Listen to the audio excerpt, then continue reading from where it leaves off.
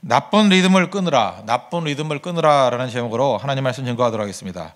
그 참신앙은 생명입니다. 그 생명은 뭐 다 알잖아요. 생명에 대한 특징들이 있습니다. 생명은 운동성이 있습니다. 그 살아있다라는 거, 죽어있다는 거 뭐로 합니까? 움직이면 살았다 그러고 안 움직이면 죽었다. 뭐 죽었지는 않지만 뭐 자고 있나 확인해보고 자는 거 아니면 죽은 거 아닙니까? 뭐 기절했다. 뭐 비슷한 거죠. 그러니까 살아있는 거의 특징은 운동성에 있다라는 것입니다.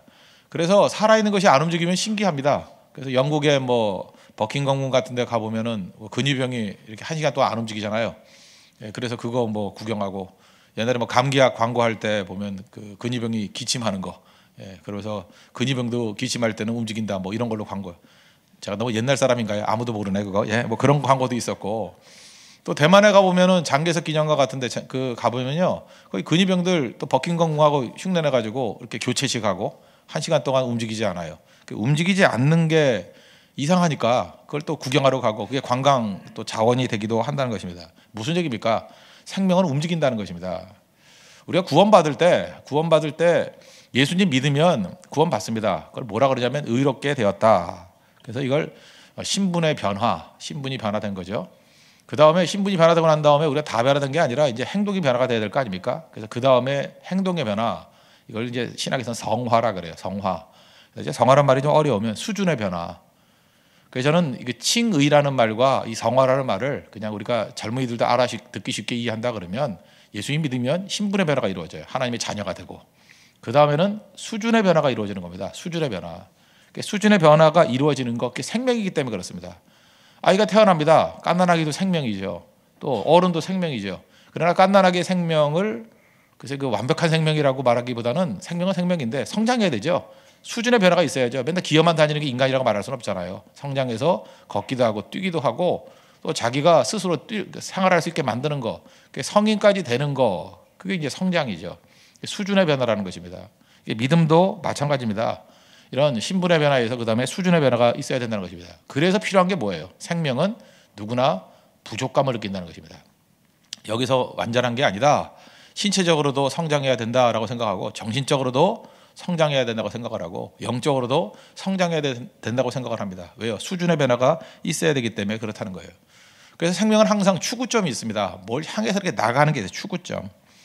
생명 보십시오. 예를 들어서 뭐 식물 중에서도 굴, 광성 뭐 이런 게 있죠. 빛을 향해서 이렇게 간다. 왜? 생명이니까. 그래야 살아나니까. 또 하나가 굴지성 뭐 이런 거 있죠. 땅바닥으로 기는 거 뭐 덩굴 같은 거. 이게 땅을 향해서 나아간다. 거기에 생명이 있으니까. 그래서 모든 생명은 이 방향이 있다는 것입니다. 우리 예수 믿고 난 다음에 우리도 생명이 생겼습니다. 처음에는 생명이 충만하니까 초점이 있고 또 하나 어떤 열심이 있습니다. 왜요? 생명이 충만하니까 막 자라나야 되잖아요. 근데 늙어간다는 게 뭐냐 하면 생명이 약화된다는 얘기가 똑같은 건데 어느 정도 수준이 돼버리면요. 자기가 가지고 있는 힘이 한 60%만 써도 유지가 됩니다. 그때부터 성장이 딱 멈춰버리는 거예요. 그때부터 늙기 시작하는 겁니다. 집중력을 발휘해야 되는데 그게 문제라는 거예요. 우리 육체하고 다릅니다. 영적인 것은 계속 성장할 수 있거든요. 근데 거기서 딱 머물러 버리게 된다는 것입니다. 이게 마귀가 주는 유혹이라는 거예요. 그래서 수준의 변화, 오늘 수준의 변화는 얘기인데 이걸 이제 뭐 신학에서는 보통 성화라 그러는데 성화의 내용에 있어서 가장 중요한 게 뭐냐? 오늘 그걸 살펴보도록 하겠습니다. 세 가지인데 리듬, 나쁜 리듬 깨버려야 된다는 거, 성장을 위해서는. 또 하나는 목표를 바라보는 거, 바라보는 게 중요한 것이고 마지막에는 하나님께서 이미 내게 주신 은혜가 있습니다. 내게 주신 이걸 뭐 피터 드러커의 표현에 의하면 강점으로 일하라. 내게 있는 강점으로 일하라. 또 바울의 표현에 의하면 내게 주신 은혜를 가지고 살라. 예, 그런 인생이 될 때 수준의 변화가 있는 성장이 있는 우리 믿음의 종이 될 것입니다. 차례대로 살피겠습니다. 첫 번째는 나쁜 리듬을 끊어야 된다는 것입니다. 자기 자신을 자극하는 모습을 보여야 된다는 것입니다. 리듬도 두 가지 리듬이 있습니다. 좋은 리듬이 있고 나쁜 리듬이 있고 이기는 리듬이 있고 죽이는 리듬이 있습니다. 여러분 그거 아시죠? 뭐 낮밤이 바뀌었어 뭐 이런 사람 있죠. 리듬이 나쁘다는 거예요. 낮에는 졸리고 밤에는 초롱초롱하고 뭐 이런 사람들 있죠. 그게 어떻게 좋은 리듬이겠습니까? 어저께 또 입시를 했는데 입시생들한테 그런 얘기를 하잖아요. 그 마지막 시험 볼 때까지 리듬 깨지 말라고. 좋은 리듬을 가지고 있는 사람은 쭉 가야 된다고. 마지막이라고 리듬을 깨버리면 이게 무너지게 된다는 것입니다. 그러므로 중요한 게 뭐냐면 우리 한번 보십시오. 이렇게 농구가 제일 심한 것 같은데 아마 그 리듬에 있어서 제일 영향을 많이 받는 게 농구 또는 뭐 탁구일 수도 있는데 탁구는 뭐 잘 모르니까 농구라고 봅시다. 농구를 이제 보편적으로 보지 않습니까? 어떤 팀이 계속해서 이깁니다. 근데 묘한 게 뭐냐면요. 어떤 잘하는 팀뿐만 아니라 못하는 팀도 감독이 탁월하면요. 어느 순간에 딱 끊어버려요. 딱 끊어버리고 작전 타임 하고 난 다음에 한 30초 정도 무슨 얘기 나누고 나면 갑자기 판도가 확 바뀌어버립니다. 잘하는 감독은 특징이 뭐냐 하면 밑으로 내려갈 때 이렇게 잘 못하고 있을 때 그 리듬을 끊어서 나쁜 리듬을 끊어버리고 좋은 리듬으로 바꿔버리는 감독이 있어요. 또 어떤 감독이 있느냐, 잘 되고 있는데도 불구하고 사람이 그렇잖아요. 승승장구도 어느 정도 매너리즘에 빠질 수 있지 않습니까? 그때 딱 끊어버리고 정신 차려, 우리 끝까지 집중해야 돼라고 하면서 끝까지 승세를 유지하는 감독이 있습니다. 우리가 야구팀 있는 거 아시죠? 우리 야구팀이 있는데 지난번에 뭐 10대 3으로 마지막까지 이기다가 뭐 10점인가 마지막 해 져가지고 그 역사적인 역전패를 당했다 그러는데, 내가 가보진 않았지만 답답한 게 그때 감독이 좀 탁월한 분이 계셨으면 그 리듬을 끊었으면 되거든요. 근데 어떻게 그 7점 차이를 그걸 뒤집혀가지고 역전패를 당해요?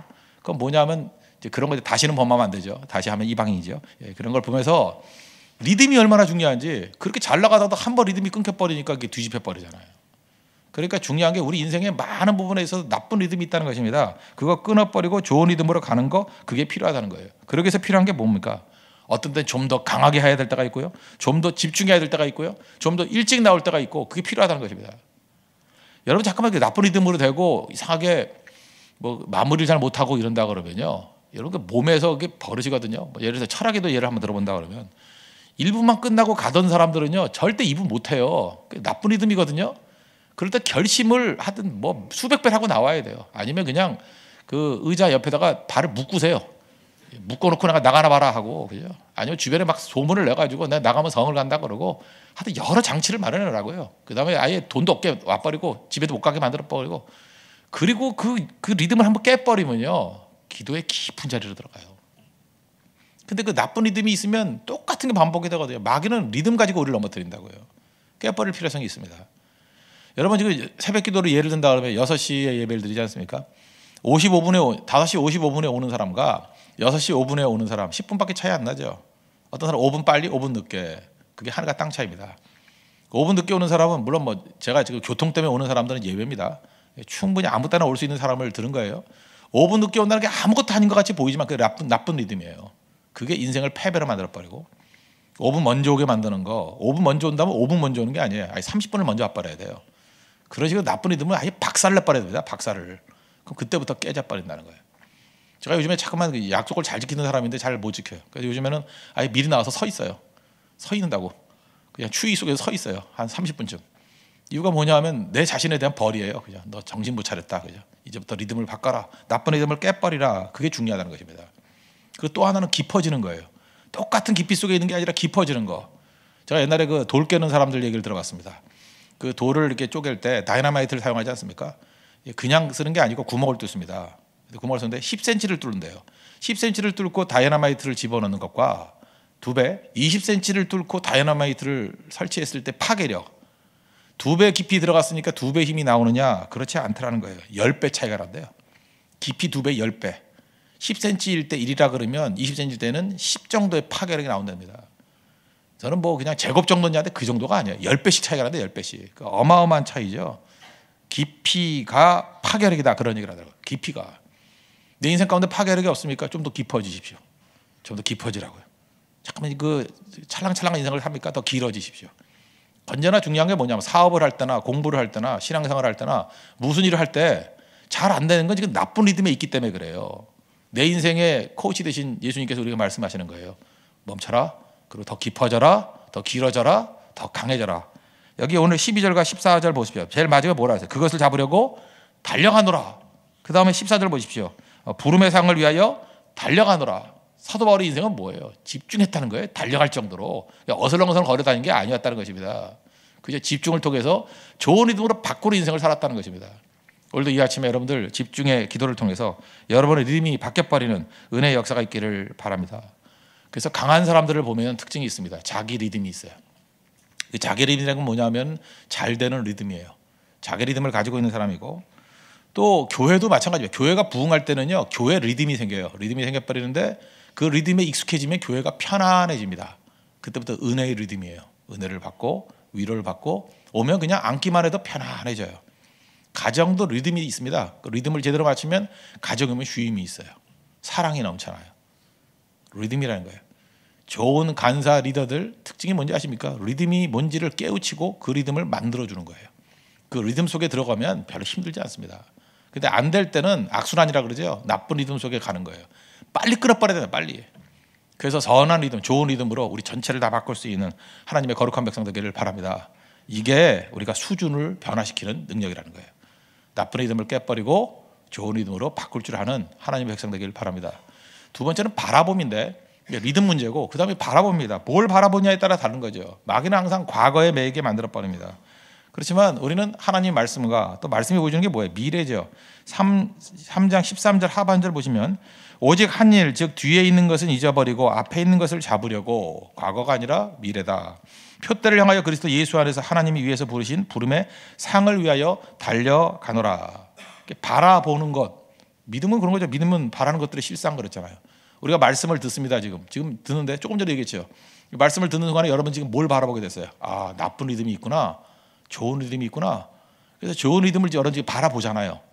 바라보니까 그 다음에 그림이 세워지고 그걸 놓고 기도하고 이제 애쓰게 될 거라고요. 하나님 능력 주십시오 하고. 그러니까 말씀은 우리에게 바라봄을 주는 거예요. 바라봄, 표대, to the goal. 목표가 있는 겁니다. 목표, to the goal, 표대를 향하여. 그게 말씀이 주는 능력이라는 것입니다. 바라보면 되게 어디를 향해서 갈 때는 바라보는 것부터 시작한다는 거예요.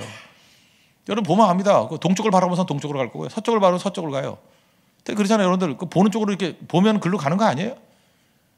그 축구 선수들도 이렇게 페인팅이라고 그러죠. 페인팅. 이게 속이는 거. 어떻게 속여요? 페인팅 어떻게 속여요? 이쪽 보는 척하면서 이렇게 하잖아요. 몰라요?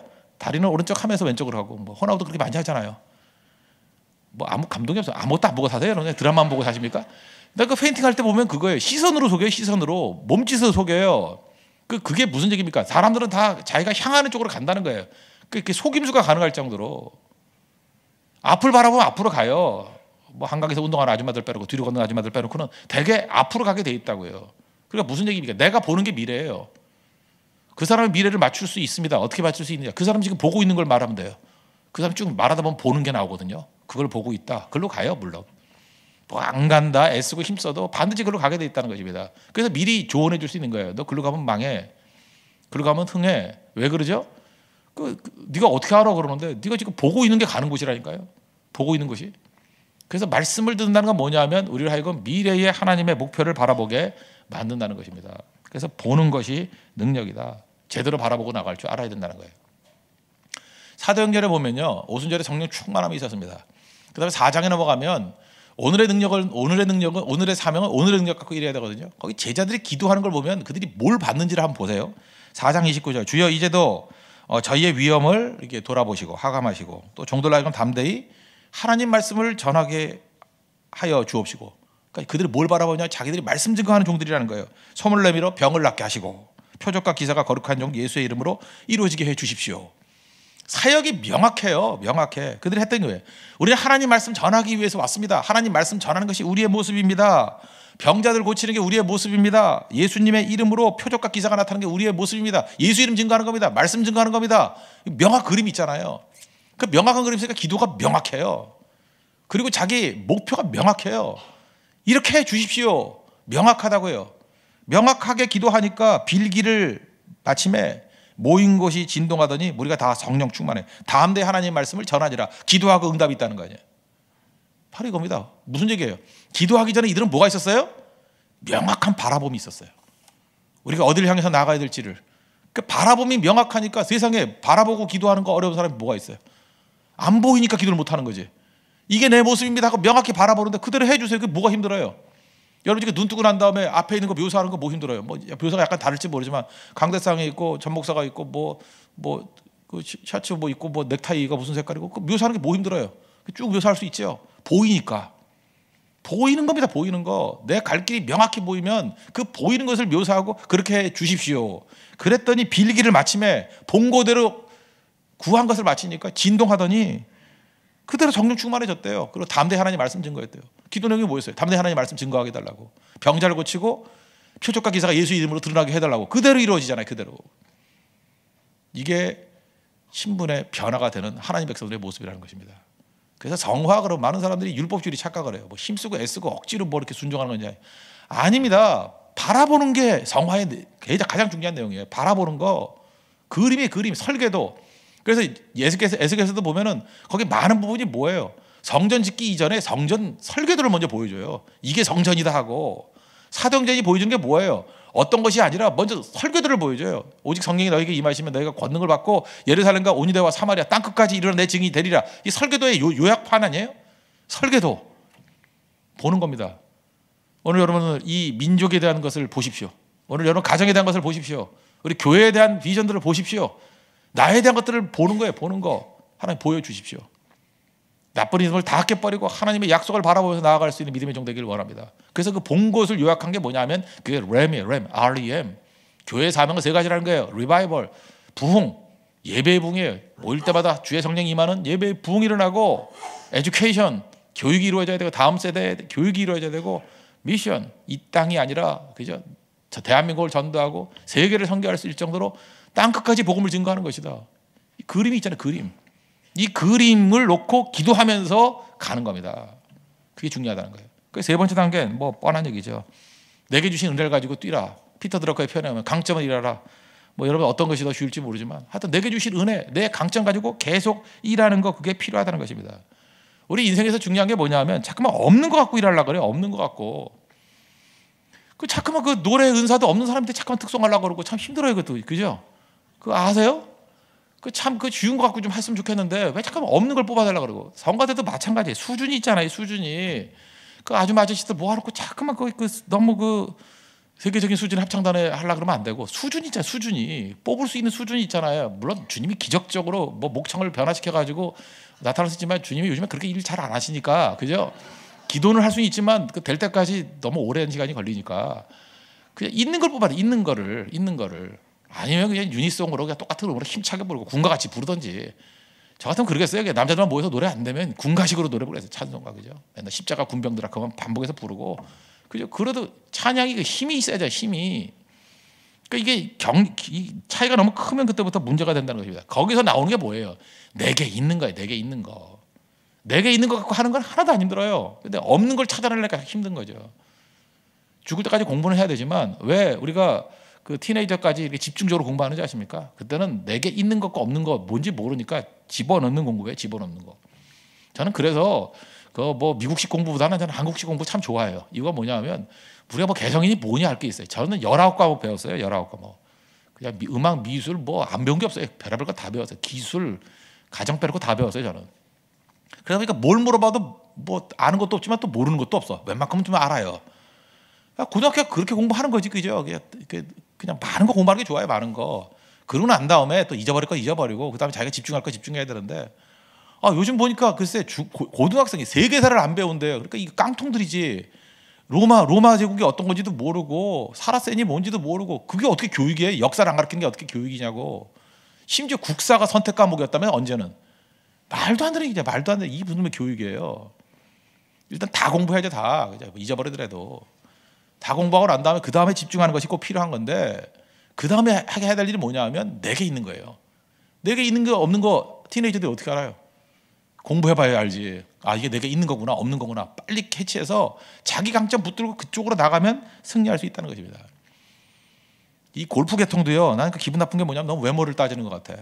그렇죠? 옛날에 그 미셸 윙가 뭐 골프도 잘 못하는 애가 좀 키 크고 예쁘게 생겼다고 맨날 그 나이키에서 쫓아다니고. 골프는 무지하게 잘 치는데 외모가 딸린다고. 죄송합니다. 나는 참 좋아해요. 신지혜 아세요? 신지혜? 박인비. 뭐 하여튼 이상한 비는 좋아하는데 박인비는 안 좋아하대. 하여튼간에 그래요. 근데 저 신지혜를 참 좋아해요. 신지혜 참 좋아하는데 신지혜가 그래요. 자기가 골프를 치는데 잘하는 여자예요. 굉장히 낙천적이고. 그런데 여러 사람이 와가지고 맨날 그 무슨 코치랍시고 잠깐 잔소리 하더라는 거예요. 넌 이게 약점이야. 이게 약점이야. 약점 보완해. 그 슬럼프에 깊이 빠져버렸다는 거예요. 근데 나중에 다 따라쳤다는 거예요. 나중에 뭐까지 얘기했냐면 너 살 빼 뭐 이런까지 얘기했대. 말도 안 되는 얘기죠. 그러면 너 이제 스폰서도 많이 들어올 거고 뭐 미셸 리를 봐라 뭐 이러면서. 그래서 그러다가 그거 맞추다가 슬럼프에 빠진 거예요. 그러다가 그냥 먹고 싶은 거 다 먹고 라면 먹고 밥 말아 먹고 막 이랬다는 거예요. 그죠? 그러고 난 다음에 자기 하고 싶은 대로 했대요. 그런데 계속 우승하잖아요. 계속. 요즘에 또 뜸하대, 그죠? 지금은 또 박인비가 잘하는데 신지혜 잘하잖아요. 그 자기 칼럼도 하나 썼더라고요, 그죠? 나는 내 리듬대로 살겠다고. 뭐 사도 바울, 여자 사도 바울 제가 보는 데 됐어요. 내게 주신 은혜 갖고 뛰겠다고. 내게 주신 은혜. 사도 바울이 특이의 표현이에요. 로마서 12장 3절 보니까 내게 주신 은혜로 말미암아 내가 각 사람에게 말하노니. 로마서 15장 15절 보니까 하나님께서 내게 주신 은혜로 말미암아 더욱 담대히 대량 내게 썼노니. 바울은 그래요. 내가 왜 이렇게 하는지 알아? 내게 주신 은혜가 있기 때문이야. 갈라디아서 2장 9절 보니까 내게 주신 은혜를 알므로 나와 바나바에게 친교 약속을 하였으니.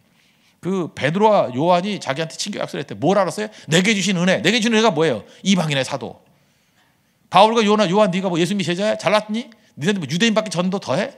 내게 주신 은혜가 뭐예요? 이방인들에게도 복음을 증거할 수 있는 능력. 그게 내게 주신 은혜예요. 그래서 바울과 게바와 요한이 내게 주신 은혜를 알므로 나와 바나바에게 친교의 약속을 하였대요. 와, 멋진 표현 아니에요? 내게 주신 은혜 발견해야 됩니다. 그래야 승리할 수 있다는 거예요. 내게 주신 은혜를 가지고 지속적으로 뛰면요, 표대를 향해서 나아가면 언제나 승리할 수 있다는 것입니다. 절대 중단하지 마십시오. 고등학교 3학년이 되면 성적 잘 안 올라요. 이유가 뭐냐면 다 공부하니까. 성적은 1학년 때나 2학년 때가 잘 올라요. 왜냐하면 공부하는 몇 명 없어요. 조금만 공부해도 팍팍 뛰어요. 다 할 때 안 되는 거죠. 그러니까 뒤집어 놓고 한번 생각해 보세요. 여러분이 선두에 서 있잖아요. 지금 영적으로 선두에 서 있잖아요. 영적으로 충만하잖아요. 영적으로 선두에 서 있는 사람이 뭐 특별한 거 없이 그냥 꾸준히 그 자리 지키면요, 죽어도 못 쫓아와요. 그거 아세요? 죽어도 못 쫓아온다고. 선두가 성실하면 아무도 못 쫓아와요. 선두가. 근데 선두는 특징이 뭐냐 하면 교만해질 가능성이 커. 그죠? 나 1등이야. 그러면서 교만하고 거들먹거리고 그래서 무너지는 거예요. 여러분들 꼭 배워야 될 게 뭐냐면 무조건 겸손은 시도 때도 없이 겸손해야 되고요. 언제나 자기 자신을 엎드릴 줄 알아야 되고, 꾸준함, 성실성만큼 중요한 게 없어요. 1년, 2년이 아닙니다. 계속해서 성실하게 그 자리에 가면 그 사람이 있더라. 성실성, 꾸준하게 설수하는 거. 그래 놓으면요, 그 사람이 한번 선두에 서놓으면 그건 지도자로 친다 그러면 태평성대를 이루는 거고, 그 사람이 어떤 리더라 그러면 양떼들을 다 푸른 초장과 맑은 시냇물로 이끌 수 있는 권능의 종이 될 수 있다는 것입니다. 그런 길로 갈 수 있는 믿음의 종 되기를 바랍니다. 오늘 신분의 변화 얘기했습니다. 이걸 신학에서는 성화라 그래. 성화. 너무 어렵습니까? 신분의 변화가 중요해요. 아니, 신분의 변화가 아니라 수준의 변화. 신분의 변화가 됐죠? 이걸 칭의라 그러고, 수준의 변화, 이제 성화. 성화에서 필요한 건 뭐냐? 리듬 바꾸는 거예요. 나쁜 리듬에서 좋은 리듬으로. 나쁜 리듬 빨리 깨버리십시오. 리듬 깨는 게 능력이에요. 좋은 지도자는 리듬을 좋게 만들어버려요. 좋은 코치는 리듬을 바꿔버립니다. 그리고 보는 겁니다. 말씀을 듣고 비전을 보고 to the goal, 목표를 향해서 바라보고 내게 주신 은혜를 가지고, 내게 주신 강점을 가지고 힘차게 가는 겁니다. 그럴 때 수준의 변화가 나타나는, 성화가 이루어지는, 그걸 성장이 이루어지는 우리 하나님의 거룩한 백성이 될 것입니다. 그런 승리를 맛보는 믿음의 종들을 축원합니다. 모두 자리에서 일어나겠습니다. 491장 저 높은 곳을 향하여 찬양하겠습니다. 491장